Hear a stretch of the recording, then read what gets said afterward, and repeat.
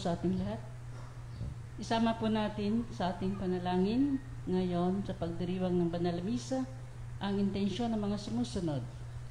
Thanksgiving and special intentions of Cancer Warriors Foundation, Silvia Maralit, Gutierrez and Parilla family, Rolly and Celi Arcibal and family, Villa and San Pedro family, Vicky Dagami and family, Vicky Lagan and family, Cora Swanjel and family, Penny Biscocho, Manguera family, Mangaliman and Liasos family, Bilarmino family, Rodel and Mali Medenilla and family, Velasco and Vargas family, Gilbert, Peng and Gina Malelang, Rowell and Gay Malelang, Ribadinera and family, Engineer and Mrs. Abin and Ningning Tan and family, Congressman Lord Alan Velasco, Reverend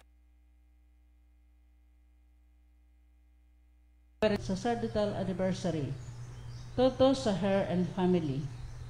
For the safety of the doctors, nurse, hospital staffs, military, government officials, volunteers, priests and lay persons all over the world. Birthday blessings for Nenita Mandia, Gloria Deseo, Kim Valladores, Lorna Linga, Simeon Belen, Lawrence Gail Regio, Rena Reyes, Ram Lugdat, Reiniera Carlos Elagan.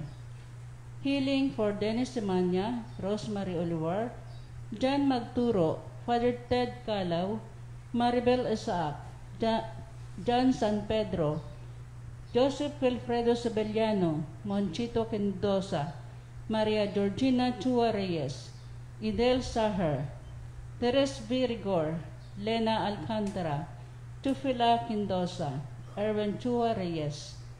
Eternal repose of the soul, Loretta and Luciano Gutierrez, Pedro Malabanan Jr., Brother Dindo Maralit FSC, Louis George Mendoza Tabornal, Concon Peña, and Pedro Malabanan.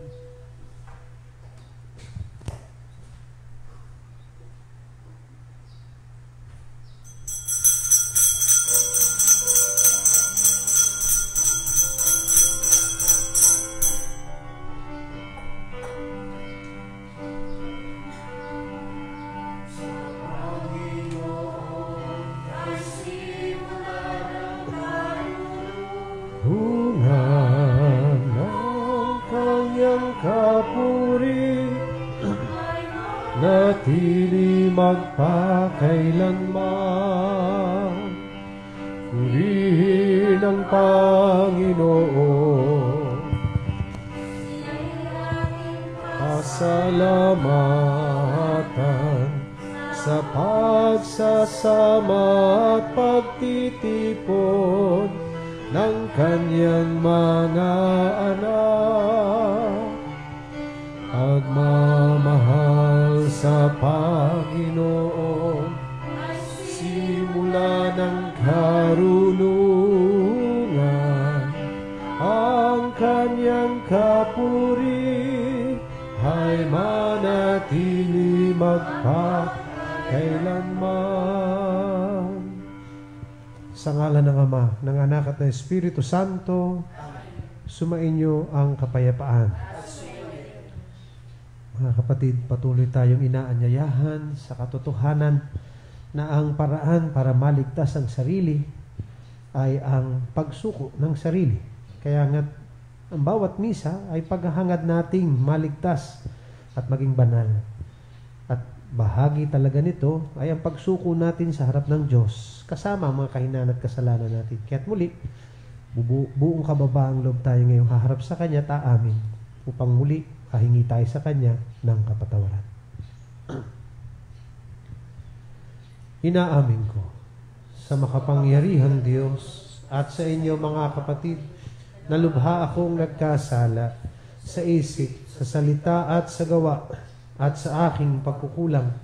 Kaya isinasamo ko sa mahal na Birheng Maria, sa lahat ng mga anghel at mga banal, at sa inyo mga kapatid, na ako'y panalangin sa Panginoong ating Diyos. Kaawaan tayo ng makapangyarihang Diyos.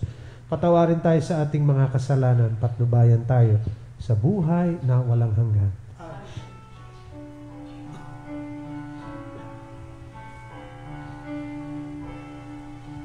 Panginoon, maawa ka. Panginoon, maawa ka. O Kristo, maawa ka. O Kristo, maawa ka. Panginoon, maawa ka. Manalangin tayo. Ama naming makapangyarihan, sa inyong pagtataguyod, ang aming mga ginagawa ay inyong pangunahan, at sa inyong tulong ay inyo pong subaybayan, upang lahat ng aming ginaganap ay sa inyo magbuhat, at sa pamamagitan din po ninyo ay humantong sa wakas. Sa pamamagitan ng Jesucristo kasama ng Espiritu Santo, magpasa walang hanggan.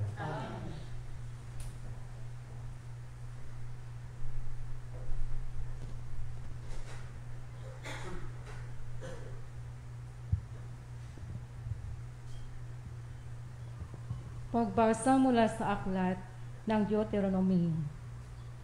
Sinabi ni Moises sa mga tao, "Nasa inyo ngayon ang kapasyahan. Kayo ang pipili ng buhay, malilipol kayo. Hindi kayo magtatagal sa lupaing tatahanan ninyo sa ibayo ng Jordan. Saksi ko ang langit at ang lupa, na ngayon inalahad ko sa inyo ang buhay o kamatayan, at ang pagpapala o sumpa. Kaya, piliin ninyo ang buhay para kayo at ang inyong lahi ay matagal. Ibigin ninyo ang Panginoon, makinig sa kanyang tinig at manatiling tapat sa kanya. Sa gayon, mabubuhay kayo ng matagal sa lupaing ipinangako niya sa ninuno ninyong sina Abraham, Isaac at Jacob." Ang salita ng Diyos. Salamat sa Diyos. Mapalad ang umaasa sa Panginoon tuwina. Mapalad ang umaasa sa Panginoon tuwina. Mapalad ang taong hindi naakit niyong masasama, upang sundan niya ang kanilang payo't maling halimbawa. Hindi sumasama sa sinumang taong ang laging adhikay. Pagtawanan lamang at hamak-hamakin ang Diyos na dakila. Nagagalak siyang laging magsaliksik ng banal na aral. Ang utos ng puon, siyang binupulay sa gabi at araw. Mapalad ang umaasa sa Panginoon tuwina. Ang katulad niya ay isang punong kahoy sa tabing batisan. Sariwa ang dahot laging namumunga sa kapanahunan, at anumang gawin ay nakatitiyak na magtatagumpay. Mapalad ang umaasa sa Panginoon tuwina. Ngunit ibang-iba ang masamang tao, ipa ang kawangis. Siya ay natatangay at ipapadpad kung hangi umihip. Sa taong matuwid ay Panginoon ang siyang mag-iingat. Ngunit kailanman ang mga masama ay mapapahamak. Mapalad ang umaasa sa Panginoon tuwina.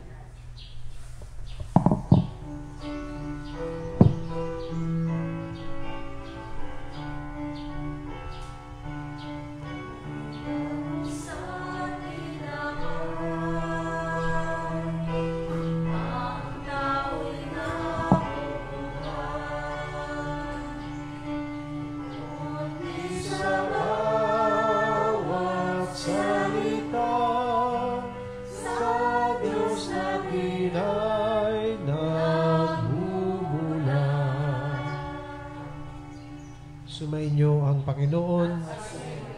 Ang mabuting balita ng Panginoon ayon kay San Lucas. Noong panahong iyon, sinabi ni Jesus sa kanyang mga alagad, ang anak ng tao ay dapat matiis ng maraming hirap. Itatakwil siya ng matatanda ng bayan, ng mga punong saserdote at ng mga eskriba. Ipapatay nila siya. Ngunit sa ikatlong araw ay buhay. At sinabi niya sa lahat, kung ibig ninyo mang sumunod sa akin, limutin niya ang ukol sa kanyang sarili. Pasanin araw-araw ang kanyang krus at sumunod sa akin. Ang naghahangad magligtas ng kanyang buhay ay siyang mawawalan nito. Ngunit ang mag-alay ng kanyang buhay lang-alang sa akin ay siyang magkakamit noon. Ano nga ang mapapala ng tao? Makamtan man niya ang buong sanlibutan kung ang katumbas naman nito ay ang kanyang buhay. Ano nga ang mapapala niya kung siya ay mapapahamak? Mga kapatid, ang mabuting balita ng Panginoon.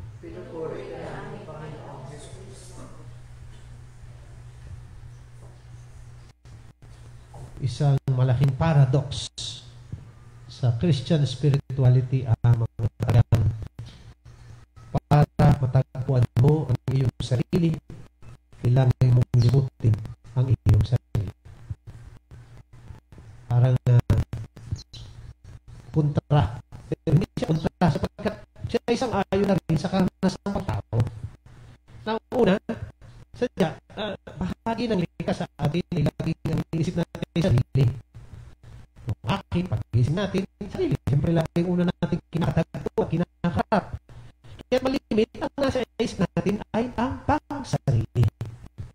Ngayon, sa ganitong katotohanan, kalimitan, pag lagi namang sarili na nasa isip, ang laking karanasan ng tao, bakit? Sapagkat hindi naman siya nag-iisa sa mundo. Bigyan ko halimbawa. Simple lang. Pag mali ang pakinggan sa sarili, halimbawa ay hatian. Halimbawa, hatian ng mana. Pag ang inisip pa sa sarili lagi, sasabihin, gusto ko yung akin yung pinakamaganda. Pag ang sinabi sa sarili, ay gusto ko ako'y lamang. Gusto ko ako'y higit. Gusto ko ako ang mayroong mas marami. Di ba? Isa karanasan pa ng tao, ilang away na nagkaroon dahil sa mana. So, sino napapahamak? Di bagay-bagkos yung sarili din. Kaya nga't kaganda nung sabihin ng Panginoon, gusto mong matagpuan, gusto mong maligtas, limutin mo sarili mo. Ang daan ni Kristo ay iba, ang tinatahak. Ang pagbabasihan ay sarili, pero ang iaalay din ay sarili. Katulad ng kanyang halimbawa, kung paano niya inialay ang sarili para sa ikaliligtas ng lahat, yun ang hinihiling niya. At kung karanasan din ang pag-uusapan, sadyang yun din naman ang nagdudulot ng kaligtasan. Mga kapatid, ganun kabigat minsan yung hamon ng kabanalan. Ganun din kabigat yung hinihiling sa atin sa panahon ng Kwaresma. Kaya nga, sa panahon ng Kwaresma, tingnan nyo yung tatlong sinasabi. Manalangin, mag-ayuno, maglimos. Kung inyong isipin yung tatlong yon, ay sa isang bahagi, paglimot sa sarili. Ang nananalangin ay taong naghahanap ng panahon hindi para sa sarili, kundi para sa Diyos. Ang taong nag-aayuno, ang hindi hinahangad ay ang pagiging maaliwalas ng sarili. Kaya nga nagsasakripisyo At ang ikatlo, ang naglilimos, hindi ang gusto'y pang sarili. Kaya nga ipinamimigay Kaya nga mga kapatid, kung isipin, kung gusto talaga nating maligtas at maging banal, ang daan para matagpuan ang sarili ay ang limutin ang sarili.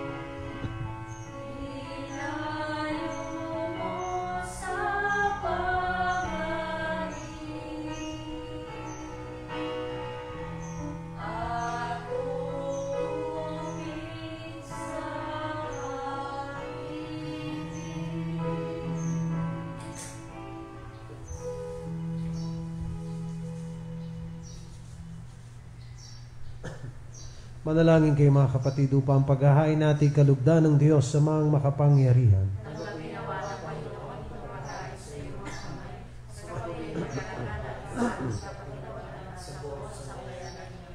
Ama naming lumikha, tunghayan niyo po ang mga alay naming sa dambana ay nakahain, upang ang inyong minagandang loob na ibigay ay aming maihandog sa pagsamba sa inyo pong ngalan.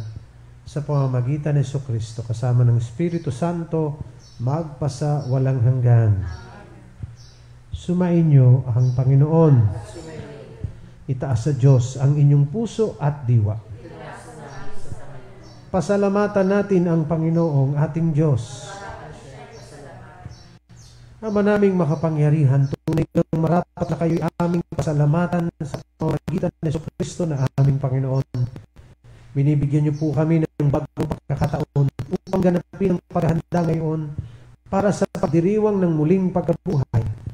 Kaisa ng inyong anak na minamahal, aming inilalaan ng panahon, talino at yaman para ganapin ang inyong kalooban ng kapwa-tao ay lubos na damay. Sa pagdiriwang namin sa aming pagsilang bilang mga kaanib ng inyong sambayanan, kami inyong pinagkakamit ang katayuang ganap sa pagtatangkilik.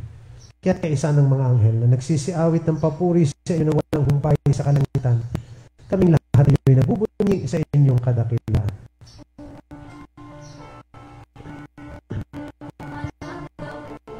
Oh, may kapal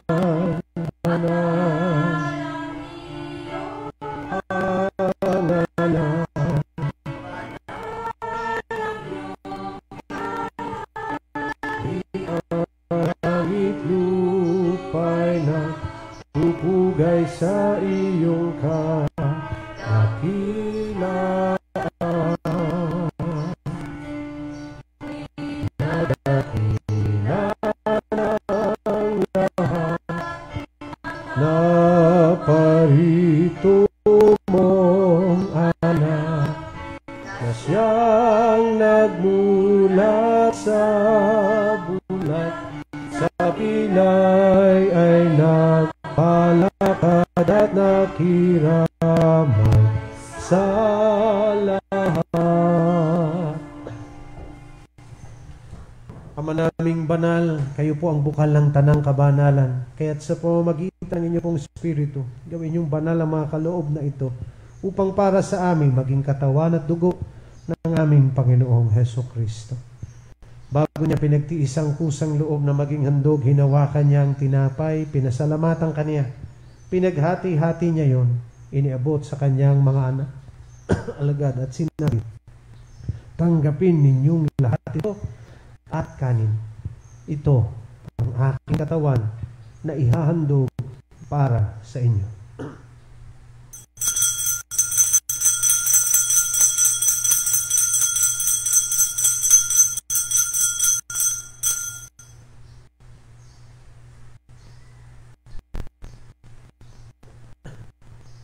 Ngayon naman, noong matapos ang hapunan, hinawakan niyang kalis, muli kanyang pinasalamatan. Inabot niyang kalis sa kanyang mga alagad at sinabi, tanggapin ninyong lahat ito at inumin. Ito ang kalis ng aking dugo, ng bago at walang hanggang tipan. Ang aking dugo na ibubuhos para sa inyo at para sa lahat, sa ikapagpapatawad ng mga kasalanan. Gawin ninyo ito sa pag-alala sa akin.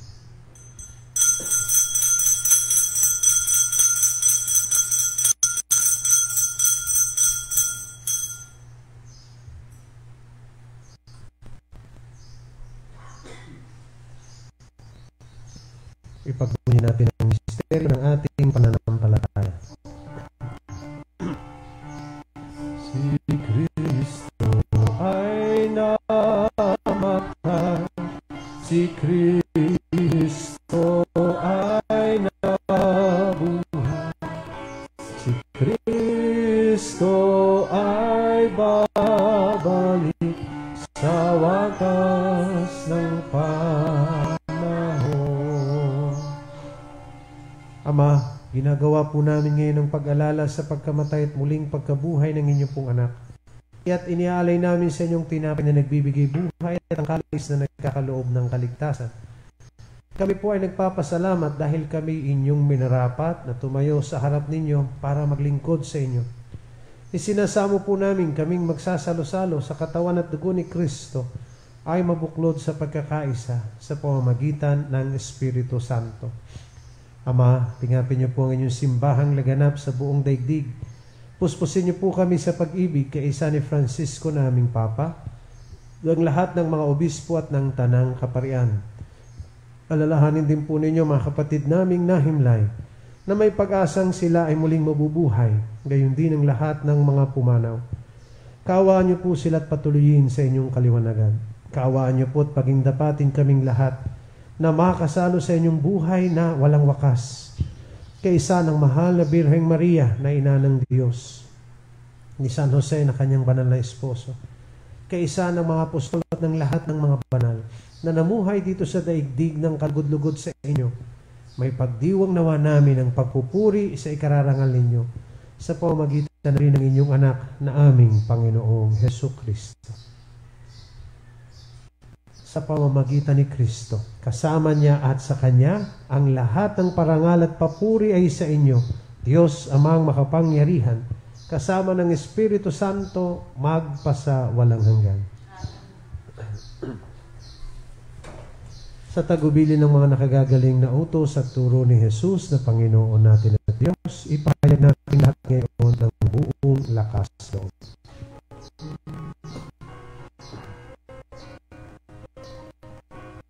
Ama namin, sumasalangit ka, sambahin ang ngalan mo, mapasa amin ang kaharian mo, sundin ang loob mo, dito sa lupa para ng sa langit. Bigyan mo po kami ngayon ng aming kakanin sa araw-araw, at patawarin mo kami sa aming mga sala, para ng pagpapatawad namin sa nagkakasala sa amin. At huwag mo kaming ipahintulot sa tukso, at iadya mo kami sa lahat ng masama. Hinihiling namin kami adya sa lahat ng masama, pagkalooban ng kapayapaan araw-araw, iligtas sa kasalanan at ilayo sa lahat ng kapahamakan, samantalang aming pinananabikan ang dakilang araw ng pagpapahayag ng tagapagligtas naming si Hesu Kristo. Sapagkat sa iyo ang kaharian, kapangyarihan at kapurihan, ngayon at magpakailanman, ngayon at magpakailanman. Panginoong Kristo, sinabi niyo po sa inyong mga apostol, kapayapaan ang iniiwan ko sa inyo. Ang aking kapayapaan ang ibinibigay ko sa inyo. Tunghayan niyo po ang aming pananampalataya at huwag ang aming mga pagkakasala. Pagkalooban niyo po kami ng kapayapaan at pagkakaisa ayon sa inyong kalooban, kasama ng Espiritu Santo, magpasa walang hanggan. Ang kapayapaan ng Panginoon ay laging sumainyo. Magbatian tayo ngayon ng kapayapaan sa isa't isa.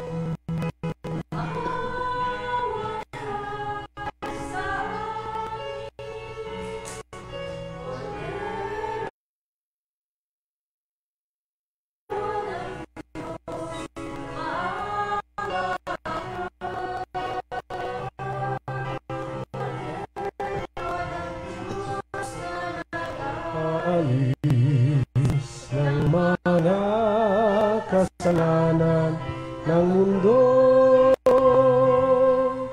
ipagkaloob mo sa amin ang kapayapaan.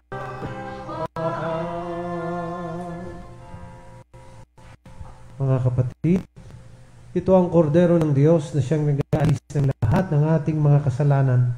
Mapapalad tayo ngayon ay kanyang inaanyayahan sa kanyang piging.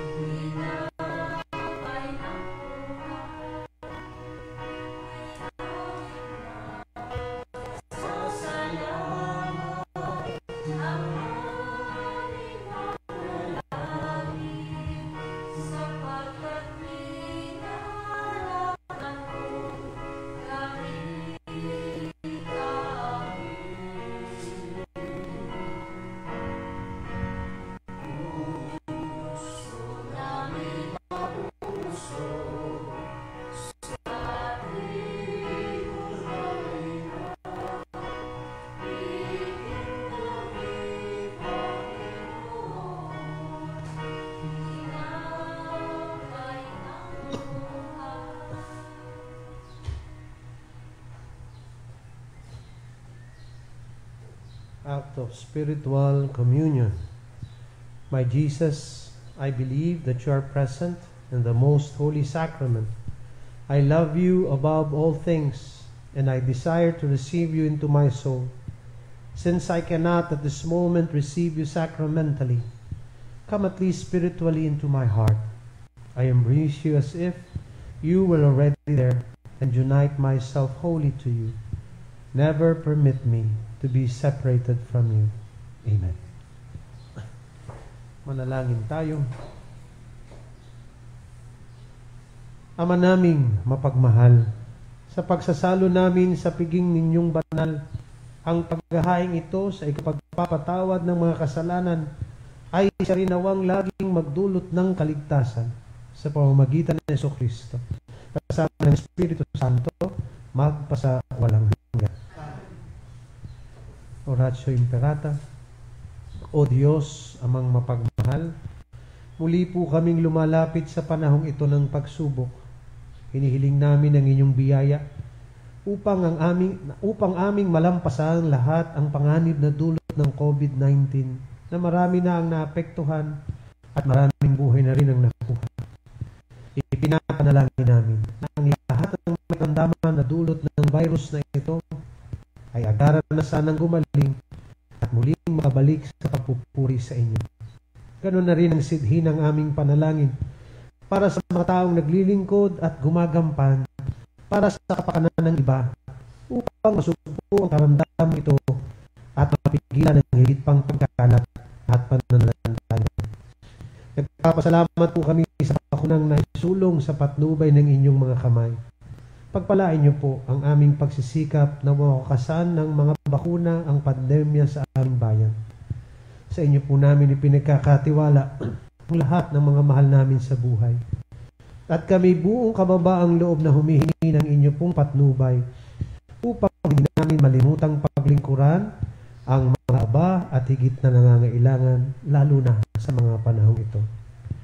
Ang lahat ng ito ay aming hinihiling sa pamamagitan ng Jesucristo ang Panginoon namin at ng Espiritu Santo magpasawalang hanggan. Mahal na Birhen ng biglang awa, San Jose, San Rafael at Angel, San Roque, San Lorenzo Ruiz, San Pedro Canso.